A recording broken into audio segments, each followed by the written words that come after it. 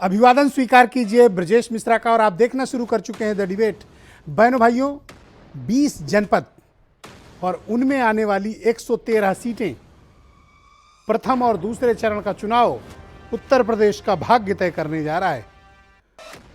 इन दो चरणों के चुनाव से तस्वीर साफ होगी कि 5 कालिदास मार्ग और लोक भवन के पंचम तल पर हुकूमत किसकी होगी। पहले और दूसरे चरण के चुनाव से ही उत्तर प्रदेश की तस्वीर का रुख बहुत हद तक साफ होने वाला है।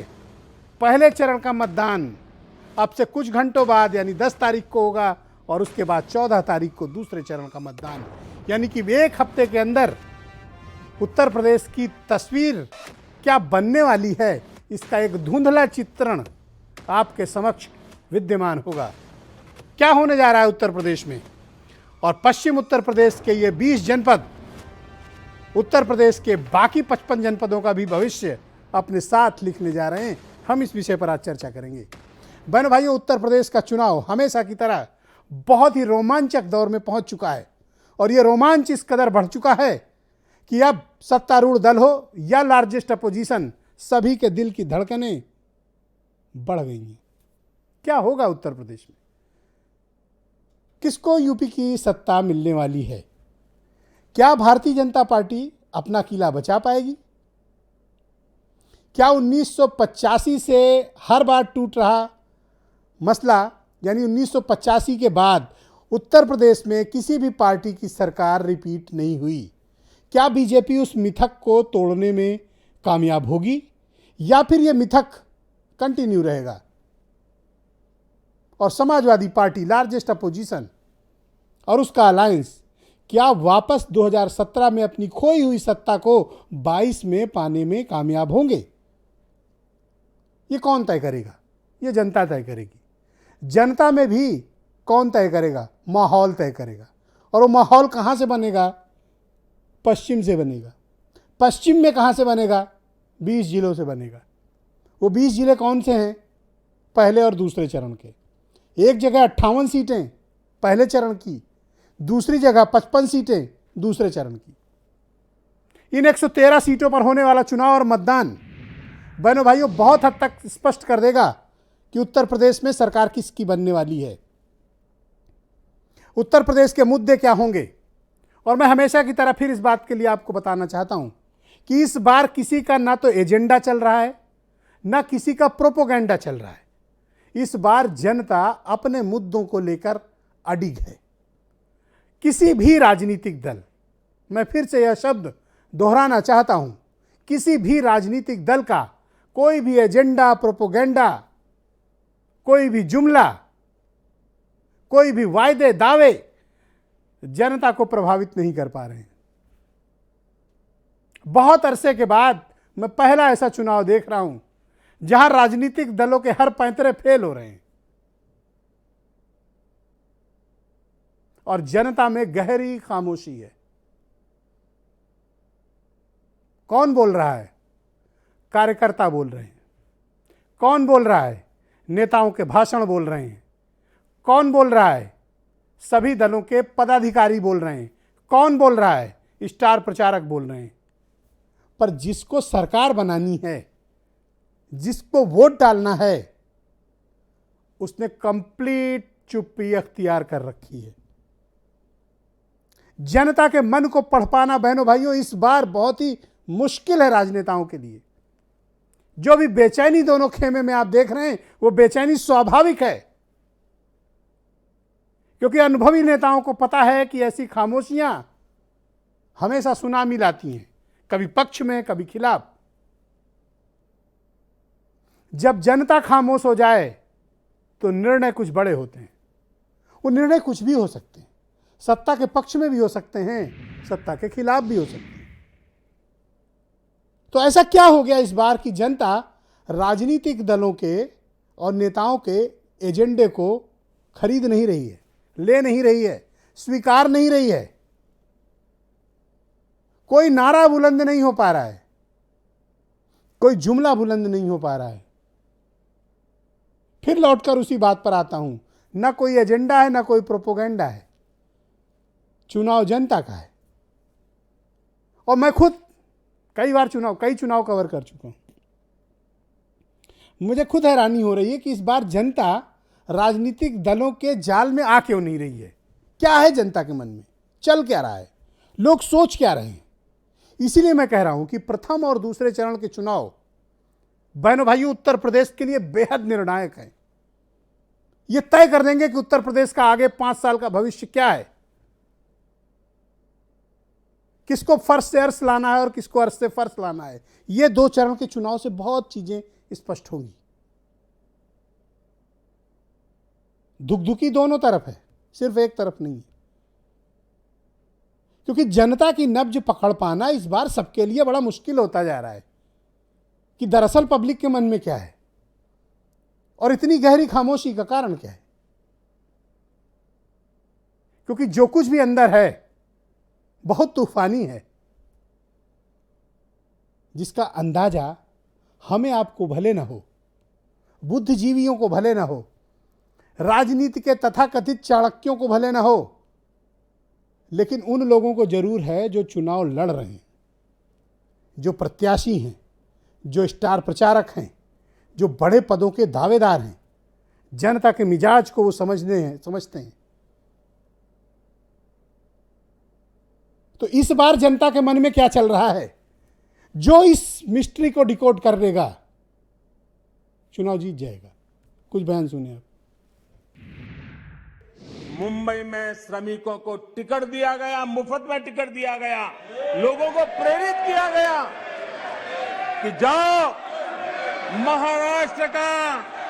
महाराष्ट्र में हमारे पर जो बोझ है वो जरा कम हो, और जाओ तुम उत्तर प्रदेश के हो, तुम बिहार के हो, जाओ वहां कोरोना फैलाओ। और कहते हैं साहब विकास तो समझ में आता, लेकिन ये बुलडोजर का मतलब क्या है। मैंने कहा ये भी समझ जाओगे, चिंता मत करो, अभी बबुआ के बबुआ ही रह गए हो, कुछ दिनों के बाद अभी समझ में ये भी आ जाएगा कि बुलडोजर का मतलब क्या होता है। भारतीय जनता पार्टी का काम है झगड़ा लगाना, भारतीय जनता पार्टी का काम है झूठ बोलना, और उनके नेता अगर छोटे हैं तो छोटा झूठ बोलेंगे, बड़ा नेता है तो बड़ा झूठ बोलेंगे, और अगर उनसे बड़ा है और सबसे बड़ा नेता है तो सबसे बड़ा झूठ बोलेगा। सपा व बीजेपी आदि के बनी सरकार में भी यूपी की जनता अधिकांश मामलों में काफी ज्यादा दुखी रही है। 2013 के मुजफ्फरनगर दंगे के बाद पश्चिम उत्तर प्रदेश पूरी तरह बदल गया था। 2014, 2017, 2019 वोटिंग पैटर्न पूरी तरह से बदला था।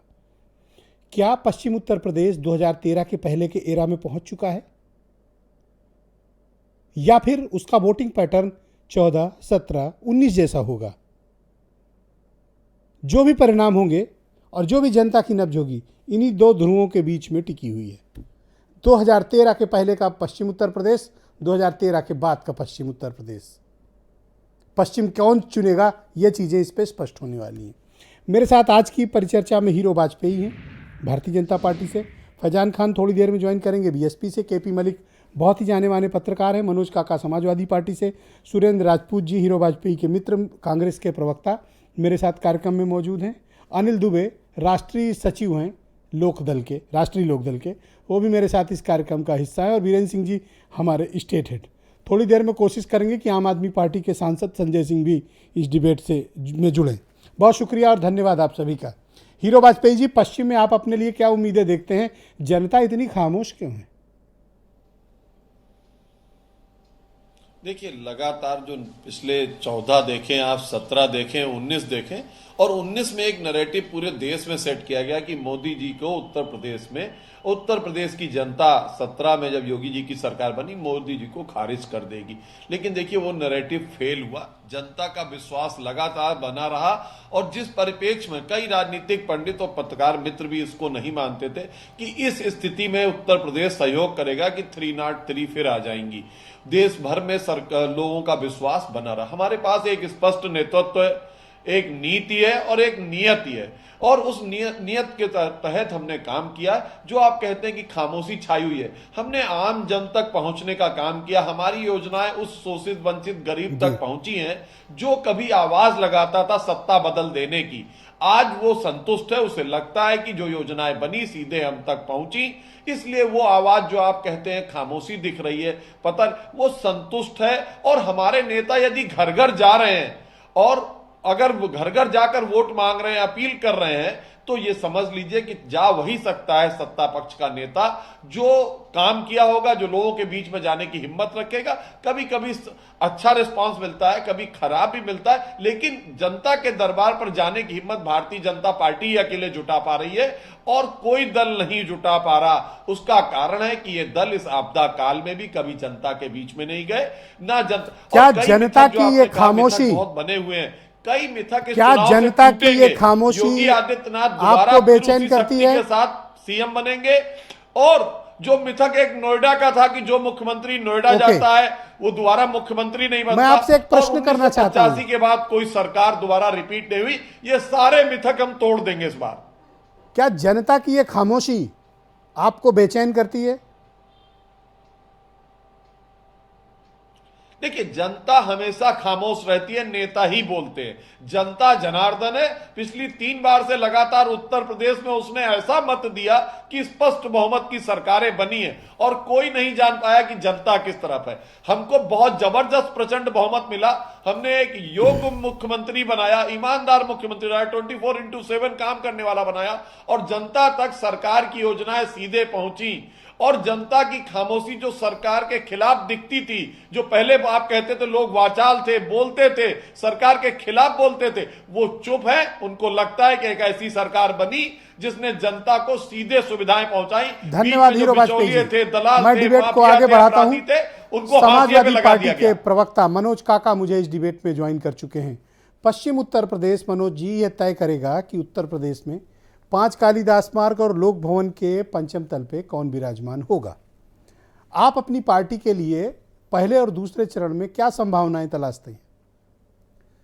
प्रत्यक्ष को किसी भी तरह के प्रमाण की आवश्यकता नहीं होती है। हमारी जो संभावनाएं हैं और हमारे लिए जो असीम संभावनाएं हैं, उनका सिर्फ और सिर्फ यही उद्देश्य है कि समाजवादी पार्टी के राष्ट्रीय अध्यक्ष और जयंत चौधरी जी जब हाथरस से लेकर के आगरा से लेकर के मथुरा, मथुरा के बाद मेरठ, मेरठ से जब मुजफ्फरनगर और सहारनपुर में जब लगातार वो लोग चल रहे हैं, तो रात के 2-2 बजे तक, 2 बजे रात तक मैं बता रहा हूं, और आपने तो स्वयं कवर किया हुआ है, आपके रिपोर्टरों ने, 2 बजे रात तक स्वतः स्फूर्त इतने लोग आ रहे हैं कि चलना दूभर हो जा रहा है। और हमारा कहीं कोई किसी को बुलाने का कहीं कोई प्रबंधन नहीं, बस उनको देखने, चूंकि उनको पता है कि उनको 300 यूनिट बिजली देने का संकल्प, युवाओं को रोजगार देने का संकल्प, 18,000 रुपया प्रति वर्ष माताओं बहनों को देने का संकल्प, और पश्चिम उत्तर प्रदेश का किसान जो देश के किसानों में सबसे अग्रणी माना जाता तो है। आप अपने लिए किस प्रकार की संभावनाएं पश्चिम की इन 2 फेज में देखते हैं? कितनी सीटों पर आप अपनी जीत का क्लेम करते हैं? समाजवादी पार्टी सबसे बड़ी पार्टी बन के उभरेगी और आप पहले फेज और दोनों फेज में आप देखेंगे कि भारतीय जनता पार्टी का सुपड़ा साफ हो एक प्रश्न और है आपसे। और भारतीय जनता पार्टी के लोग जिस तरह से सिवाल खास हो चाहे मुजफ्फरनगर हो, हर जगह भारतीय जनता पार्टी के नेताओं को गांव में लोग बैरंग लौटा रहे हैं। हालांकि उसका एहसास हीरो वाजपेयी को है, उन्होंने थोड़ा अप्रत्यक्ष रूप से ही कहा, लेकिन कहा जरूर कि कभी कभी उनके क्रोध का हमें भाजन करना पड़ता है। तो आत्मवंचना से कुछ होने वाला नहीं है। तो आप मुझे बताओ, एक सवाल मैंने उनसे भी किया था, हीरो वाजपेयी जी से, आपसे भी वही प्रश्न पूछ रहा हूं। जनता की ये खामोशी आपको भी उतना ही बेचैन करती है जितना बेचैन वाजपेयी जी को करती है? हमें जनता की ये खामोशी बेचैन नहीं करती है, बल्कि उत्तर प्रदेश की जनता ने जो खामोशी बनाया हुआ है वो इसलिए बनाया हुआ है कि इस तानाशाही सरकार को वो उखाड़ फेंकने की मन बनाई हुई है। और 10 और 14 तारीख को ही देखेंगे कि भारतीय जनता पार्टी का सुपड़ा साफ हो जाएगा। ओके, राष्ट्रीय लोकदल के राष्ट्रीय सचिव और प्रवक्ता अनिल दुबे मेरे साथ मौजूद हैं। इनकी पार्टी पश्चिम के इन 2 फेजों में बड़ी सरदार है, बड़ी स्टेक होल्डर है, तो जाहिर सी बात है कि इनका नज़रिया, इनकी ओपिनियन इस डिबेट में बेहद महत्वपूर्ण है। दुबे जी, बहुत स्वागत आपका। भारतीय जनता पार्टी की तरफ से जो क्लेम हुआ वो आपने सुना। मैं आपसे जानना चाहता हूं कि आपकी पार्टी पश्चिम उत्तर प्रदेश के इन 20 जनपदों की 113 सीटों पर अपने लिए किस प्रकार का भविष्य देखती है और क्या मुद्दे आपके हैं इस चुनाव में? देखिए ब्रजेश जी, हम तो, हमारे लिए तो मुद्दे वहाँ पे किसान का मुद्दा है, हमारे लिए वहाँ गन्ना मुद्दा है, हमारे लिए वहाँ आलू किसान का मुद्दा है, हमारे लिए वहाँ पर बिजली के बढ़े हुए दाम मुद्दा है, जिस तरह से गन्ने का बकाया मुद्दा है। इन्हीं मुद्दों को लेकर के, और सबसे बड़ी चीज़ कि 1 वर्ष तक चला किसान आंदोलन, 1 वर्ष तक किसानों का आंदोलन चला और 700 के किसान एक एक करके शहीद हो गए, और भारतीय जनता पार्टी ने कोई भी 2 शब्द भी उनके लिए शोक संवेदना के भी बोलना जरूरी नहीं समझा। उनको किसी तरह उनको शहीद होने की बात नहीं कही गई, एक भी मुआवजा नहीं दिया गया, गन्ना किसानों को लागत का 1.5 गुना मूल्य नहीं दिया गया। 5 वर्षों में पूरे देश में ब्रजेश जी महंगाई बढ़ी, लेकिन अगर नहीं बढ़ा तो गन्ने का मूल्य नहीं बढ़ा। ये सारे मुद्दे लेकर के हम जनता के बीच में हैं और जनता वहां पर बदलाव चाहती है। पर आपको क्या लगता है कि कोई किसी का एजेंडा या प्रोपोगंडा इस बार जनता ले नहीं रही है? नहीं, आपका भी नहीं ले रही है? नहीं, प्रोपोगंडा ब्रजेश जी वहां कुछ भी नहीं चल पा रहा है। वहां पर किसानों के मुद्दे हैं, वहां तो प्रोपोगंडा ही चलता था, इस बार क्यों नहीं चल रहा? नहीं, अब नहीं, काट की हांडी ब्रजेश जी बार बार नहीं चढ़ा कर। नहीं, आपका भी नहीं चल रहा है? नहीं, हमारा तो चल रहा है। आज हमारा इसलिए चल रहा है कि इनको अच्छा, आपका चल रहा है और उनका नहीं चल रहा है। इनको हाईवे के रास्ते से ये ब्रजेश जी निकल जा रहे हैं। क्या ये मतलब? गांव में नहीं घुस पा रहे हैं, गांव में जनता इनको नहीं घुसने दे रही है। गांव में सिर्फ ये आपको कैसे पता कि गांव में नहीं घुस पार्टी पा का रहे? गठबंधन चल रहा है। ये कैसे पता कि ये गांव में नहीं घुस पा रहे हैं? लोग उत्साहित हैं गांव में, जिस तरह से लोग राष्ट्रीय लोकदल और समाजवादी पार्टी के साथ चल रहे हैं, जिस तरह हमारे उम्मीदवारों का उत्साहवर्धन कर रहे हैं, जिस तरह उनका वेलकम गांव में हो रहा है, उससे सारी चीजें स्पष्ट दिखाई पड़ रही हैं। और इनका जो मुद्दा है वो अब नहीं चलने वाला है। ये जिन्ना की बात लेकर के आएंगे, ये पुरानी बातों को उठाएंगे, लेकिन ये किसान की बात नहीं करेंगे, ये आम आदमी की बात नहीं करेंगे, ये रोजगार की बात नहीं करेंगे, ये महंगाई की बात नहीं करेंगे। इनको सिर्फ ध्रुवीकरण का आप भी तो चर्बी उतारने की बात कर रहे हो जी। आप भी तो चर्बी उतारने की बात कर रहे हो। नहीं, हम तो वोट की कह रहे हैं कि वोट इतनी बटन दबाओ कि इनकी चर्बी वोट जो है तो ये भी मान लो कि चुनाव की गर्मी उतार रहे थे। नहीं, चुनाव की गर्मी, हम तो कहते हैं रोजगार लाओ। वहां तो लोगों में गर्मी है ही है, वो वोट के द्वारा निकलेगी। वहां तो पश्चिमी उत्तर अच्छा, प्रदेश तो प्रियंका बड़ा गांधी भी क्रांतिकारी बहुत हो रहा घूम है। रही हैं पश्चिम उत्तर प्रदेश के इन 2 चरणों के कैंपेन में, आपको कुछ नुकसान पहुंचा रही हैं क्या? नहीं नहीं, ये हमें क्या नुकसान पहुंचाएंगे जब अच्छा। जनता हमारे साथ खड़ी है। जनता वहां पर खुलेआम कह रही है कि भारतीय जनता पार्टी के लोगों को आना नहीं वर्जित है। नहीं। भारतीय जनता पार्टी के प्रवेश पर रोक लगी दुबे हुई जी, है। एक बात बताओ जी, ये आपके शब्दों में अहंकार झलक रहा है कि ये हमें क्या रोक पाएंगे? नहीं नहीं, हमारे नहीं, शब्दों ये में मतलब अहंकार ये नहीं कौन सी भाषा है? ये हम जनता का रुख बता रहे हैं। नहीं, आपकी भाषा में दम्भ झलका, नहीं, इसलिए मैंने दम्भ टोका नहीं आपको। है, ये सत्य है। ये हमें क्या रोक लेंगे? नहीं नहीं, ये सत्य है। जनता वो दिखाई पड़ रही है ब्रजेश जी। अगर ये घबराए हुए ना होते, ये हताश ना होते, तो इनको स्वप्न में भी जयंत चौधरी ही याद आ रहे हैं। आप इनका कोई भी व्यक्ति, कोई भी नेता पश्चिमी उत्तर प्रदेश में भाषण की शुरुआत करता है तो उसको राष्ट्रीय लोकदल और जयंत चौधरी ही याद आते हैं। क्यों? इनको डर है, इनको डर है कि वहां पर सब इन्हीं के साथ सारे लोग खड़े हुए हैं, इसीलिए तो इनको ये कई बात याद आ रही है। और लाइट में सुरेंद्र राजपूत जी को आमंत्रित करता हूं इस कार्यक्रम में। सुरेंद्र जी, बहुत स्वागत है आपका। हो सकता है कि अनिल दुबे की बात आपको बुरी लगी हो, लेकिन मैं आपसे जानना चाहता हूं कि पहले और दूसरे चरण में कांग्रेस अपने लिए क्या संभावनाएं तलाशती है? भाई, एक बड़ी पुरानी सी कहावत है, कहते हैं ना कि दोनों ही पक्ष आए हैं तैयारियों के साथ, हम गर्दनों के साथ हैं वो आरियों के साथ।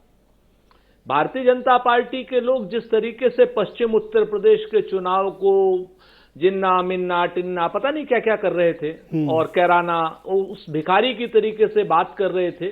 जो भिखारी अपने घाव को दिखा करके भीख लेता है, क्योंकि भीख भिखारी को नहीं मिलती। भिखारी तो हट्टा कट्टा होता है, गंजा सा होता है, थोड़ी दाढ़ी भी होती है, लेकिन घाव वो दिखाता है, कहता है साहब भीख दे दो, और घाव ठीक नहीं होने देता। अब वो घाव हो गए ठीक, तो अब उनको वोट मिल नहीं रहा, तो वो इधर उधर की बातें कर रहे हैं। हम तो श्रीमती प्रियंका गांधी जी के नेतृत्व में बहुत स्पष्ट रूप से गांव गांव जा रहे हैं, पांव पांव जा रहे हैं, नगर नगर जा रहे हैं, डगर डगर जा रहे हैं, महिलाओं की बात कर रहे हैं, किसानों की बात कर रहे हैं, गन्ने के 400 रुपए की बात कर रहे हैं, 2500 रुपए क्विंटल। वो मैं आपकी सब बात से सहमत हूं कि गांव गांव, नगर नगर, डगर डगर, बट अनिल दुबे की भाषा मुझे थोड़ी समझ में नहीं आई, क्या आपको आई? देखिए, मैं आपको दो बातें बड़ी स्पष्ट करता हूं। इस वक्त पार्टी इस वक्त चुनाव नहीं है, रण क्षेत्र है। रण क्षेत्र में जब आदमी की रणभेरी बच जाती है तो आदमी किसी की बात नहीं सुनता, वो अपनी अपनी बात कहता है। और हम आज की डेट में अपने पक्ष की बात कहने के लिए बैठे हुए हैं, वो अपने पक्ष की बात कहने के लिए बैठे हुए हैं, और सारे के सारे भारतीय जनता पार्टी के मायावी शासन से और मायावी लोगों से लड़ रहे हैं। कोई उनका पैर तोड़ रहा है, कोई उनका सर तोड़ रहा है, कोई उनके नाभि में तीर मार रहा है, लेकिन मायावी शासन का अंत पर आपको भी तो साइड से चाकू मार रहे हैं ना, आप ये भी तो देखो। नहीं, देखिए, हमारे पास इतनी रणनीति भी है और हमारे पास इतना ताकत भी है और हमारे पास इतना अनुभव भी है कि हम किसी के चाकू की वो नहीं, हम भारतीय जनता पार्टी को शासन का, कुशासन का अंत करेंगे। ये आतताई शासन का अंत होगा, ये अपने आप में सच है। और मैं ब्रजेश भाई आपके चैनल के माध्यम से एक चेतावनी भी दे रहा हूं अपने सारे के सारे सुधी जनता को पश्चिम उत्तर प्रदेश की। कल शाम को 8 बजे के बाद चुनाव हो जाएगा, प्रचार खत्म, और कल गन्ने के खेत में से ये लोग जिन्ना निकालेंगे, कैराना निकालेंगे। आप लोग गन्ने पर अड़े रहना, आप लोग किसी अफवाह में मत आना। हिंदू मुसलमान करेंगे ये लोग, ये भारतीय जनता पार्टी के लोग हैं, चूंकि ये रोजगार की बात नहीं बता पा रहे, ये गन्ने के 750 शहीदों को नहीं बता पा रहे, ये लोग थार की मार से मरे हुए किसानों को मुआवजा नहीं दे पा रहे, ये लोग खाद की कमी से मरे किसानों को कुछ नहीं दे पा रहे। मेरे साथ केपी मलिक साहब मौजूद हैं, बहुत शुक्रिया। केपी मलिक जी के बाद फिर मैं संजय सिंह जी भी मुझे ज्वाइन करेंगे, फिर मैं संजय सिंह जी से अकेले बात करूंगा। अभी केपी मलिक जी मेरे साथ मौजूद हैं, पहले केपी मलिक जी को लिया जाए। बहुत ही जानकार पत्रकार हैं पश्चिम उत्तर प्रदेश के, बहुत शुक्रिया आपका मलिक साहब। इस बार जनता ने इतनी गहरी खामोशी क्यों अख्तियार कर रखी है, कारण? देखिए ब्रजेश जी, अगर आप देखें इस बार मतदाताओं के 2 वर्ग हैं। एक तो खुलेआम चुनौती दे रहे हैं, वो किसान हैं, और दूसरा एक वो वर्ग है जो पिछड़ा वर्ग कहिए या थोड़ा सा डिफरेंट वर्ग है, वो चुपचाप बैठा है, साइलेंट वाला। तो 2 वर्ग हैं और ये दोनों वर्ग अपनी अपनी रणनीति में चल रहे हैं। और दोनों, मैं छोटा सा ब्रजेश जी एक चीज़ यहाँ कहना चाहूँगा कि सबसे पहले तो हमें खुशी है कि भारतीय जनता पार्टी के जो प्रवक्ता वाजपेयी जी आ गए हैं, तो हमें अटल जी की याद आ गई इनको देख के, और हमें लगा कि कोई वाजपेयी जी भाजपा में आए हैं तो शायद पुरानी भाजपा धीरे धीरे बनेगी। और इन्होंने कहा कि भारतीय जनता पार्टी ने इतनी योजनाएं की, इतनी विकास कार्य किए, लेकिन ये वोट उस पर नहीं मांग रहे हैं। एक बात तो ये हो गई। दूसरी बात, जिस प्रकार से दुबे जी ने कहा, रालोद का पक्ष रखा, रालोद ने कहा हमारे ये मुद्दे हैं, वो मुद्दे हैं, इन्होंने एक बार ये नहीं कहा कि किसान जिस प्रकार से आगे आके भारतीय जनता पार्टी से हमारी लड़ाई लड़ रहा है, गठबंधन उसका फायदा ले रहा है। गठबंधन ने कोई अनोखा काम कर दिया ऐसा तो है नहीं जी।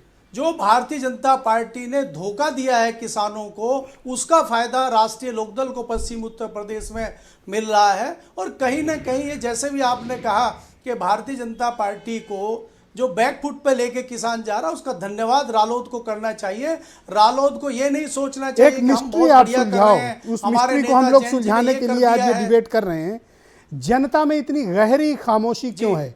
क्या मैं सही हूं या जनता वोकल है? आप क्या महसूस कर रहे हैं? नहीं, जनता जो खामोश बैठी है, जनता वोट की चोट से सरकार को बदलने जा रही है। और भारतीय जनता पार्टी के पास ये रिपोर्ट है कि हमारी वेस्टर्न यूपी में बहुत स्थिति खराब है। मैं यहाँ पे आपको बताऊं कि आज जिस प्रकार से बिजनौर में प्रधानमंत्री जी की रैली होनी थी, और उस रैली में तमाम ये खबरें आई हैं कि उसमें आदमी उस तरह से, प्रधानमंत्री की रैली में जितना प्रोटोकॉल होना चाहिए उसमें इतने लोग नहीं आए, तो वहाँ बहाना किया गया कि मौसम खराब है और प्रधानमंत्री का कार्यक्रम रद्द किया गया। तो ये जताता है कि वेस्टर्न यूपी में भारतीय जनता पार्टी की। बहुत शुक्रिया आपका केपी मलिक साहब, बहुत बहुत धन्यवाद। मेरे साथ इस वक्त आम आदमी पार्टी के सांसद और आम आदमी पार्टी के उत्तर प्रदेश के प्रभारी संजय सिंह इस वक्त सीधे जुड़ चुके हैं। पश्चिम उत्तर प्रदेश के दोनों चरणों में ये भी अपनी पार्टी की स्टार प्रचारक हैं और पश्चिम उत्तर प्रदेश की इन सीटों पर प्रचार कर रहे हैं। संजय जी, बहुत स्वागत आपका और बहुत बहुत धन्यवाद कि आपने भारत समाचार के दर्शकों के लिए समय निकाला। पश्चिम उत्तर प्रदेश में मैं ये महसूस कर रहा हूँ, जिसकी चर्चा हम लोग अभी इस डिबेट में कर रहे थे संजय जी, हम लोगों का ये आकलन था कि इस बार जनता ने बहुत गहरी खामोशी अख्तियार कर रखी है। आप भी प्रचार कर रहे हैं, आप क्या महसूस कर रहे हैं पश्चिम के इन दोनों चरणों में? देखिए, मुझे एक चीज तो बहुत साफ तौर पे दिख रहा है कि भारतीय जनता पार्टी इस पूरे चुनाव में मुद्दा विहीन है। 5 वर्षों में उन्होंने रोजगार के लिए क्या किया, किसान के लिए क्या किया, माताओं बहनों की सुरक्षा के लिए क्या किया, कानून व्यवस्था को ठीक करने के लिए क्या किया, उद्योग धंधे लगाने के लिए क्या किया, ये कुछ भी बताने के लिए बीजेपी के पास नहीं है। और वो वही नकली मुद्दे, पुराने घिसे पिटे मुद्दे लेकर वो चुनाव लड़ना चाहते हैं। आप देखिए, मुझे कई बार बीजेपी के ऊपर दया भी आती है कि दुनिया की सबसे बड़ी पार्टी जी यूपी का चुनाव लड़ेगी तो पाकिस्तान के नाम पे, बिहार का लड़ेगी तो पाकिस्तान के नाम पे, पंजाब का लड़ेगी तो पाकिस्तान के नाम पे, गोवा का लड़ेगी तो पाकिस्तान के नाम पे। इनको पाकिस्तान से इतना डर क्यों लगता है मुझे नहीं पता।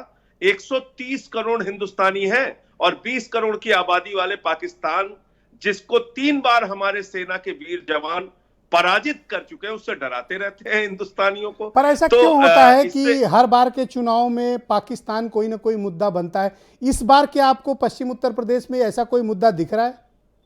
नहीं, मुझे लगता है अब इनके नकली चेहरे को लोग पहचान चुके हैं, क्योंकि हर चुनाव में हिंदू मुसलमान, पाकिस्तान, जिन्ना, ये नकली मुद्दे जो लेके आते हैं। यहां तो मुद्दा गन्ना है। आप जिन्ना जिन्ना की बात कर रहे हैं, आप आइए ना यहाँ पे खेतों में, आपको किसान पकड़ के ले जाएगा और वहां उन खेतों में ले जाएगा जहां उसने अपने खड़े गन्ने को जलाया है, जहां आप गन्ने का दाम नहीं दे पाए, खाद की बोरी के पर लिए मैं वो आजकल लाइनों में आपकी खड़ा रहा स्पीच है, सुन रहा हूं तो उसमें उसको आप भी लाठियां मिली। कोई ऐसी आपकी स्पीच नहीं हो रही संजय जी, और ये मेरा आपके ऊपर आरोप भी है, और आप अपनी सफाई भी प्रस्तुत करें। मैं आपकी स्पीचें सुन रहा हूं, आपकी स्पीच में शायद ही कोई ऐसी स्पीच हो इन दिनों जिसमें पाकिस्तान का, जिन्ना का या मुसलमानों के प्रति आचरण के कोई भाषण आपके नो। आप इस प्रकार का भाषण क्यों देते हैं?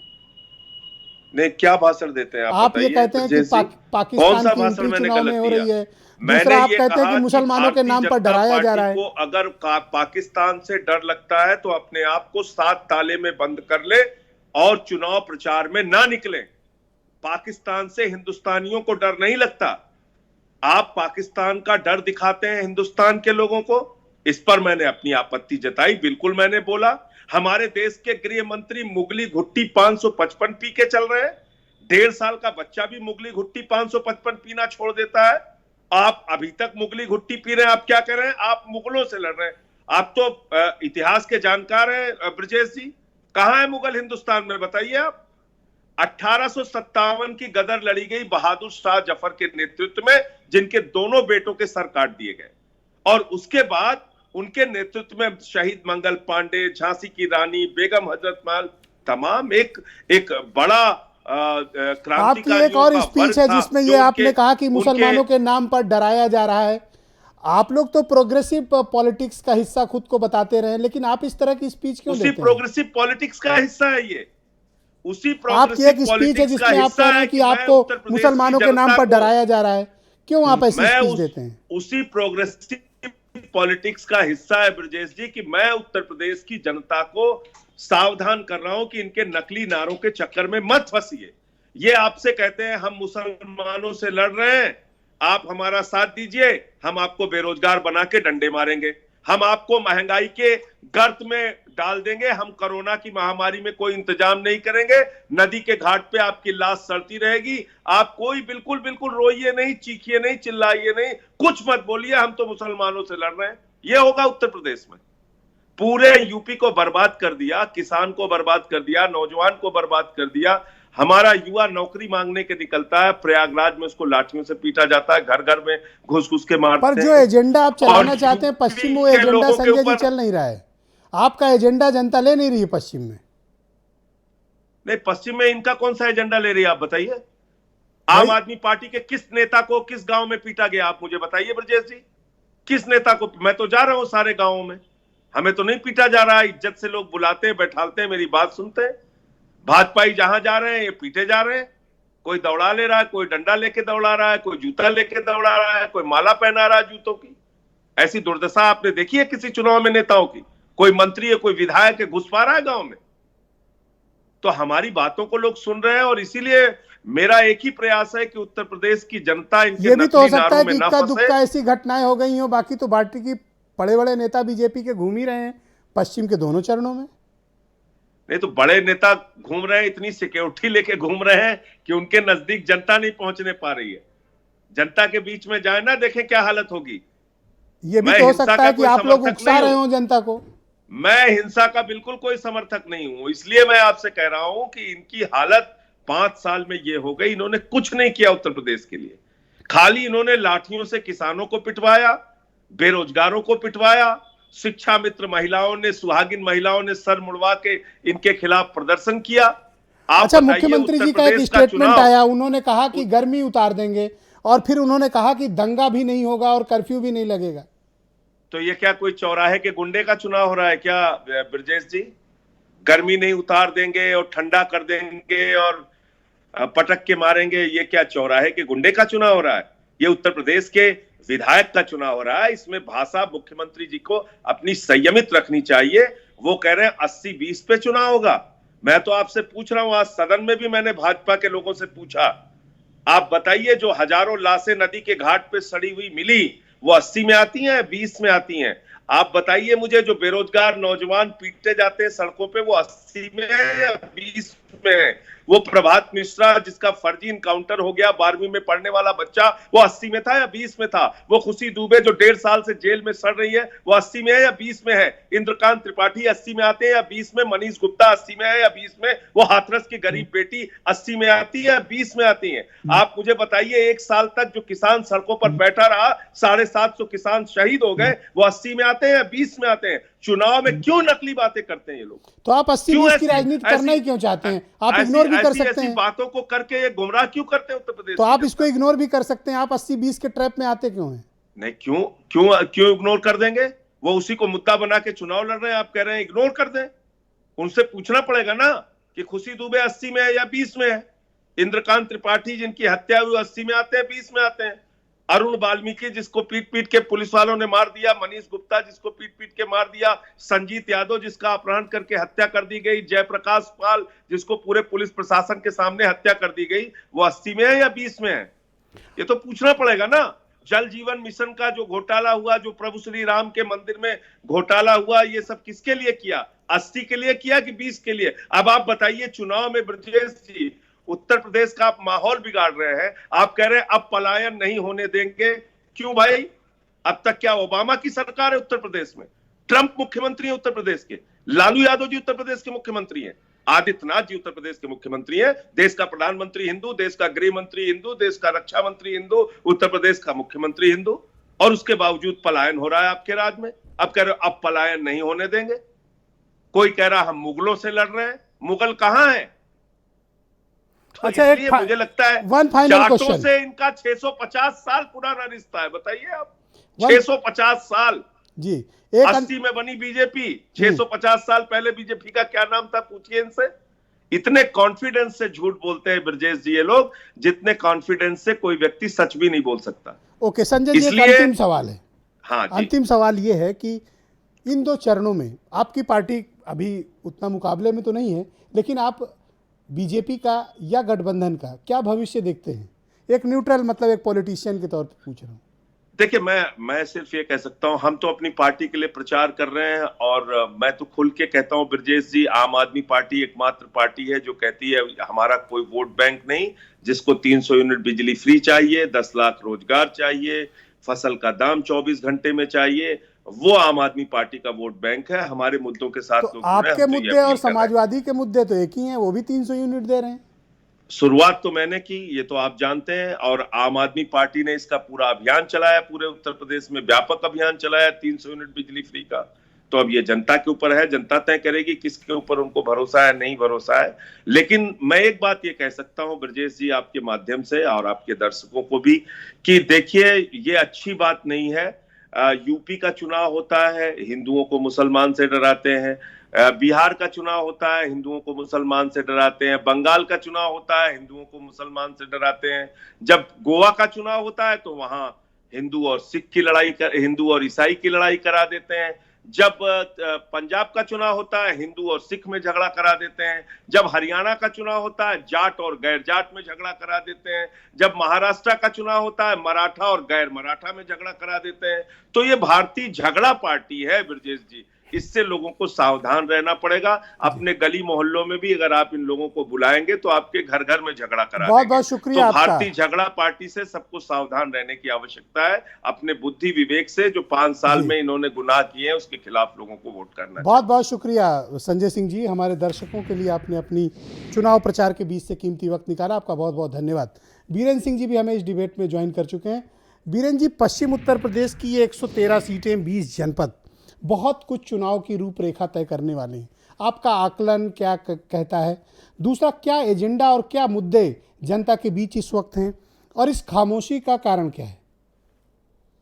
देखिए, पहले चरण में 58 सीटें और दूसरे में 55 जी, ये मिल के उत्तर प्रदेश में विधानसभा के चुनाव की पहली तस्वीर ये क्लियर कर देंगे कि सरकार किसकी बनने जा रही है। 10 फरवरी को पहला मतदान है। पश्चिमी उत्तर प्रदेश के ये जो 113 सीटें हैं, यही रिजल्ट तय हो जाएगा कि गाड़ी किस ओर बढ़ रही है। ये बहुत महत्वपूर्ण चुनाव है और ये चुनाव इस बार ये संसाधन के बजाय समीकरण से लड़ा जा रहा है और इस समीकरण में बीजेपी सिर्फ एक जगह पिछड़ गई।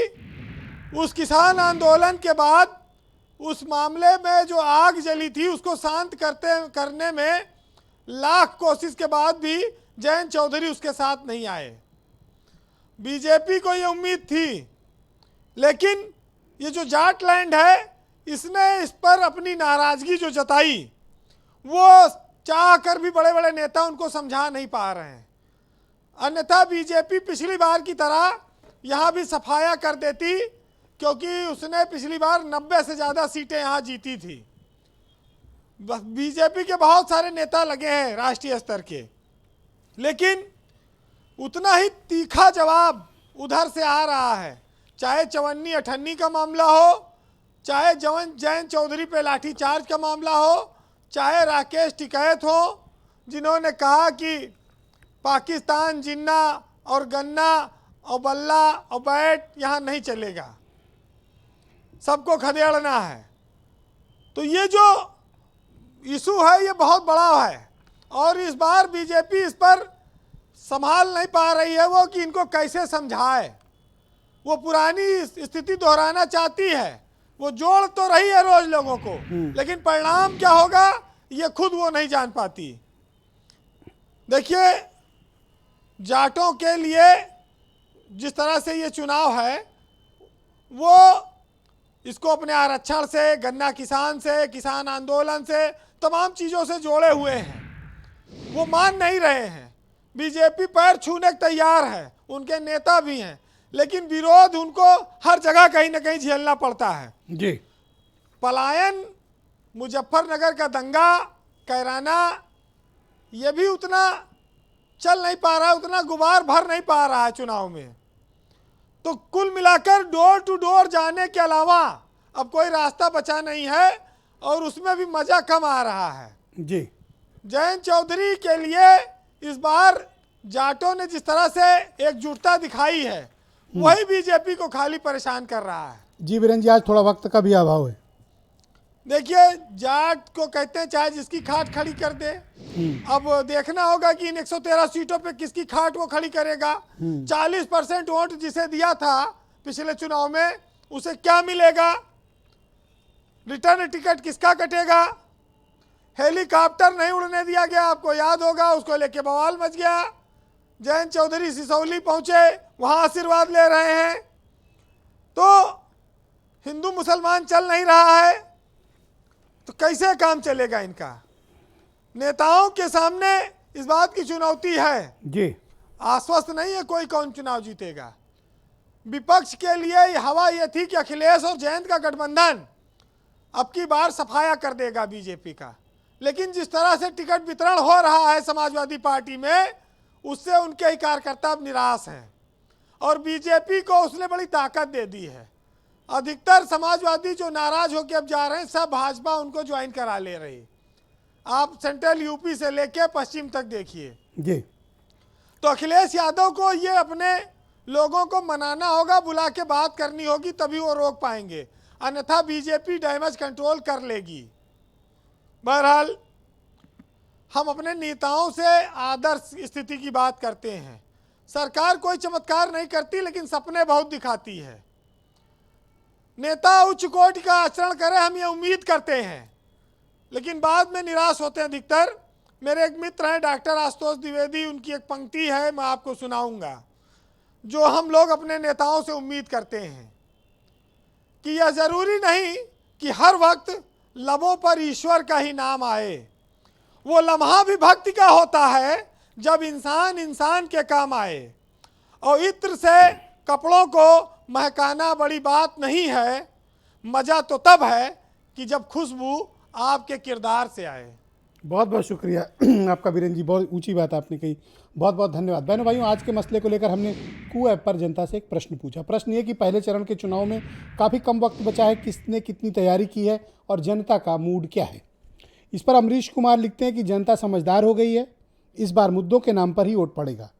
तो सुनील प्रकाश लिखते हैं कि जनता ने अपनी मुट्ठी बंद कर रखी है, ओपिनियन पोल भी सफल नहीं हो पा रहे हैं। अंकित चौरसिया कहते हैं कि अगर नेताओं ने कमर कस ली है तो जनता भी तैयार है, राजनीति का सूरज पश्चिम से ही उगेगा। ऊंची बात लिखी चौरसिया जी ने, शुक्रिया। मैं सीधे रुख करता हूं हीरो वाजपेयी का। हीरो वाजपेयी जी, अभी आप संजय सिंह जी को सुन रहे थे, बड़े गंभीर आरोप लगा रहे थे। मैं आपको मौका देता हूं कि आप उनके आरोपों का जवाब दें। नहीं, दरअसल वो एक रटी रटाई स्क्रिप्ट थी, तो आपके चैनल पे वो पढ़कर चले गए। देखिए, ये संकट इस बात का है कि बहुत से ऐसे लोग बहुत सारी बात कर रहे हैं जो इस चुनाव में अस्तित्व के संकट में ही हैं, जिनका कोई अस्तित्व ही नहीं है। वो दुनिया की बात करके चले जाएं, आरोप प्रत्यारोप लगा जाएं। जो आदमी खेल ही नहीं रहा वो खेल पे कमेंट्री करने लगे, मुझे लगता है ये राजनीति में अन्याय है ना। तो इस तरह की जो वो बातें उन्होंने आए और कहे और चले गए और कहा हर आदमी उनकी नकल कर रहा है, समाजवादी पार्टी ने उनका चुना लिया है। मुझे हाँ, बोले। मुझे इसमें कुछ तथ्य नहीं दिखता। मुझे लगता है कि एक योग्य नेतृत्व भारतीय जनता पार्टी के पास है।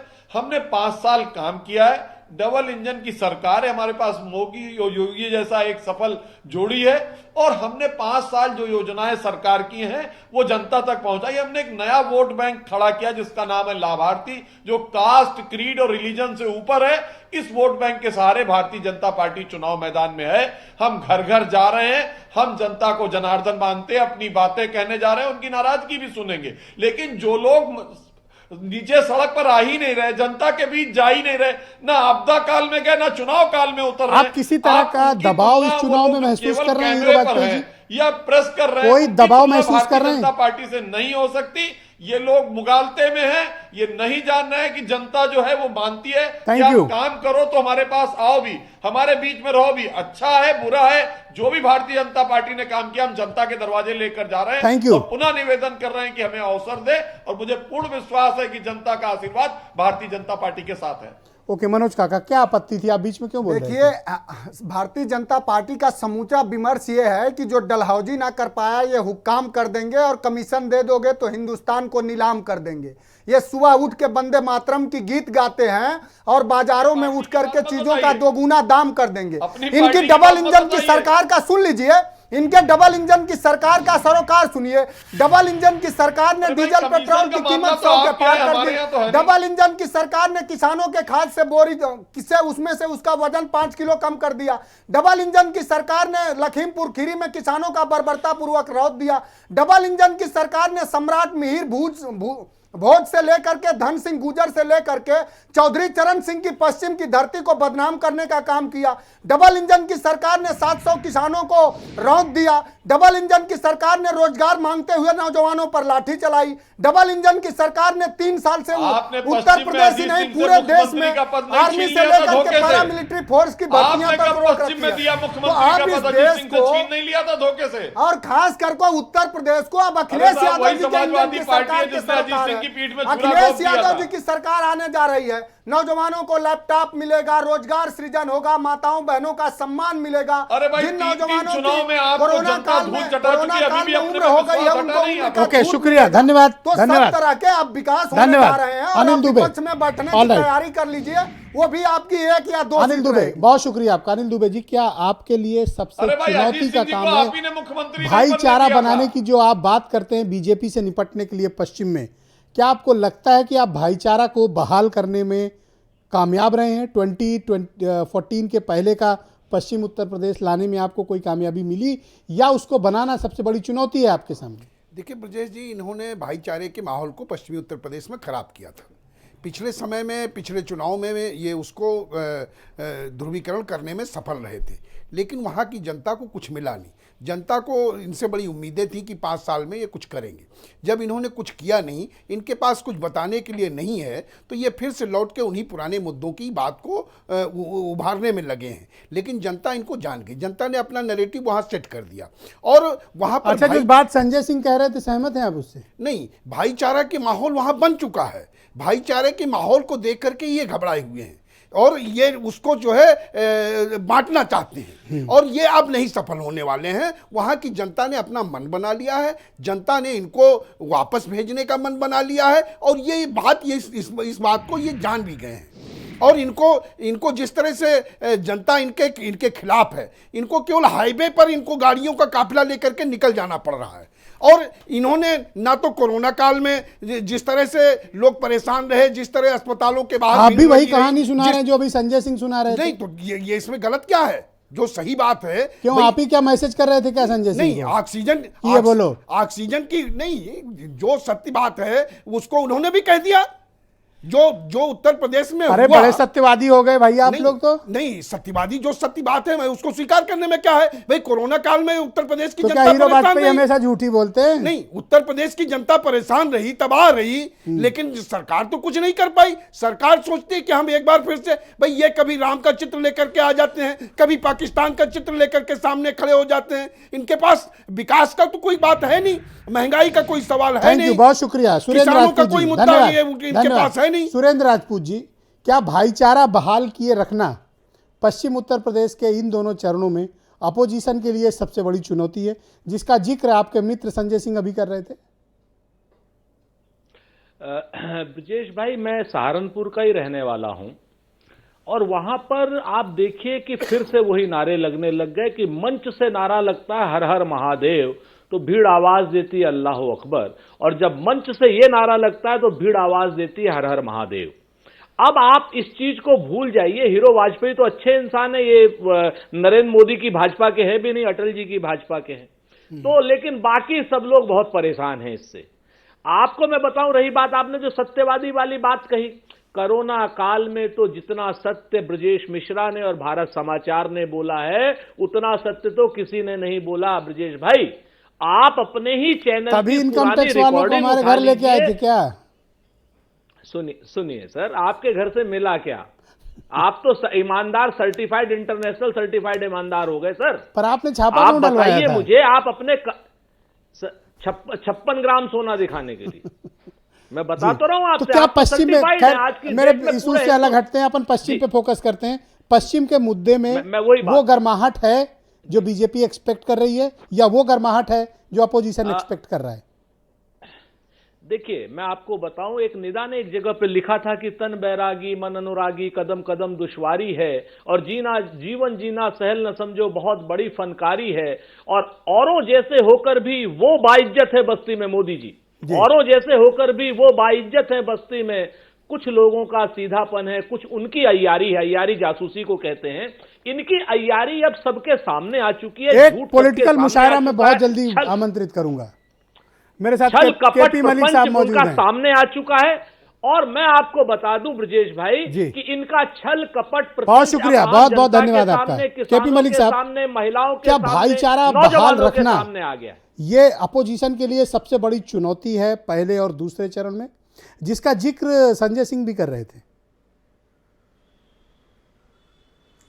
देखिए ब्रजेश जी, ये है कि भाईचारा तो 2013 के बाद थोड़ा कायम होता दिख रहा है, लेकिन भारतीय जनता पार्टी तमाम अपनी कोशिशें लगातार जारी रखे हुए है कि इसको कैसे तोड़ा जाए, कैसे दोनों लोगों में बीच में व्यवधान डाला जाए, और ये तमाम कोशिशें आपके सामने हुई हैं। मेरा कहना यह है कि जैसे भी वाजपेयी जी ने कहा कि भाई हमारे नेता हैं, देखिए उनकी बड़ी हिम्मत है कि वो घर घर जा रहे हैं, पर्चे बांट रहे हैं, तो हिम्मत तो अमित शाह जी की है, लोकल विधायक की हिम्मत तो है नहीं, लोकल सांसद की हिम्मत तो है नहीं। और वो भी कैसे घर घर जा रहे हैं कि सड़क पे पर्चा बांट रहे हैं। उस पर्चा बांटने से भारतीय जनता पार्टी को वोट मिलेगा क्या? मुझे तो कम से कम इस बात में संशय है। दूसरा, मैंने जैसे कि पहले भी कहा कि एक माहौल बन चुका है और वो माहौल में दो ग्रुप बने हुए हैं, एक साइलेंट है और एक खुल के मैदान में आ गया है, वो किसान है, जाट है, और बाकी जो दूसरे वर्ग हैं, जो दूसरे लोग हैं, वो साइलेंट हैं और वो वोट की चोट देंगे, मुझे ऐसा लगता है। और भारतीय जनता पार्टी बहुत पिछड़ रही है और वो संभालने के लिए तमाम वो पर्चे बट रहे हैं, तमाम रैलियां हो रही हैं, लेकिन मुझे कहीं दम दिखाई नहीं दे रहा उसमें। जो वेस्टर्न यूपी को हार्ट अटैक आया है उसके लिए तमाम विशेषज्ञ चिकित्सक जो हैं फेल होते हुए दिख रहे हैं मुझे, ब्रजेश जी। बहुत बहुत शुक्रिया। मैं आप सबका बहुत धन्यवाद प्रकट करता हूं कि इस बेहद महत्वपूर्ण परिचर्चा में आप सभी ने अपने अपने विचार प्रस्तुत किए। आप सबका भी बहुत शुक्रिया, और जो डिबेट में पहले मेरे साथ सम्मिलित थे उनका भी बहुत बहुत धन्यवाद, और आप सबका भी बहुत बहुत शुक्रिया इस कार्यक्रम को देखने के लिए। बहनों भाइयों, कोविड का संक्रमण लगातार फैल रहा है, कृपया मास्क का इस्तेमाल करें, सैनिटाइजर का इस्तेमाल करें, सोशल और फिजिकल डिस्टेंसिंग का पालन करें, कोविड एप्रोप्रिएट बिहेवियर करें, पॉलिटिकल पार्टियों की रैली में कोशिश करें कि ना जाएं, क्योंकि अगर कोरोना हुआ तो आपको बचाने कोई नहीं आएगा, आपको अपना ध्यान खुद रखना पड़ेगा, और बेहद ज़रूरी होने पर ही घरों से निकलें। धन्यवाद, नमस्कार।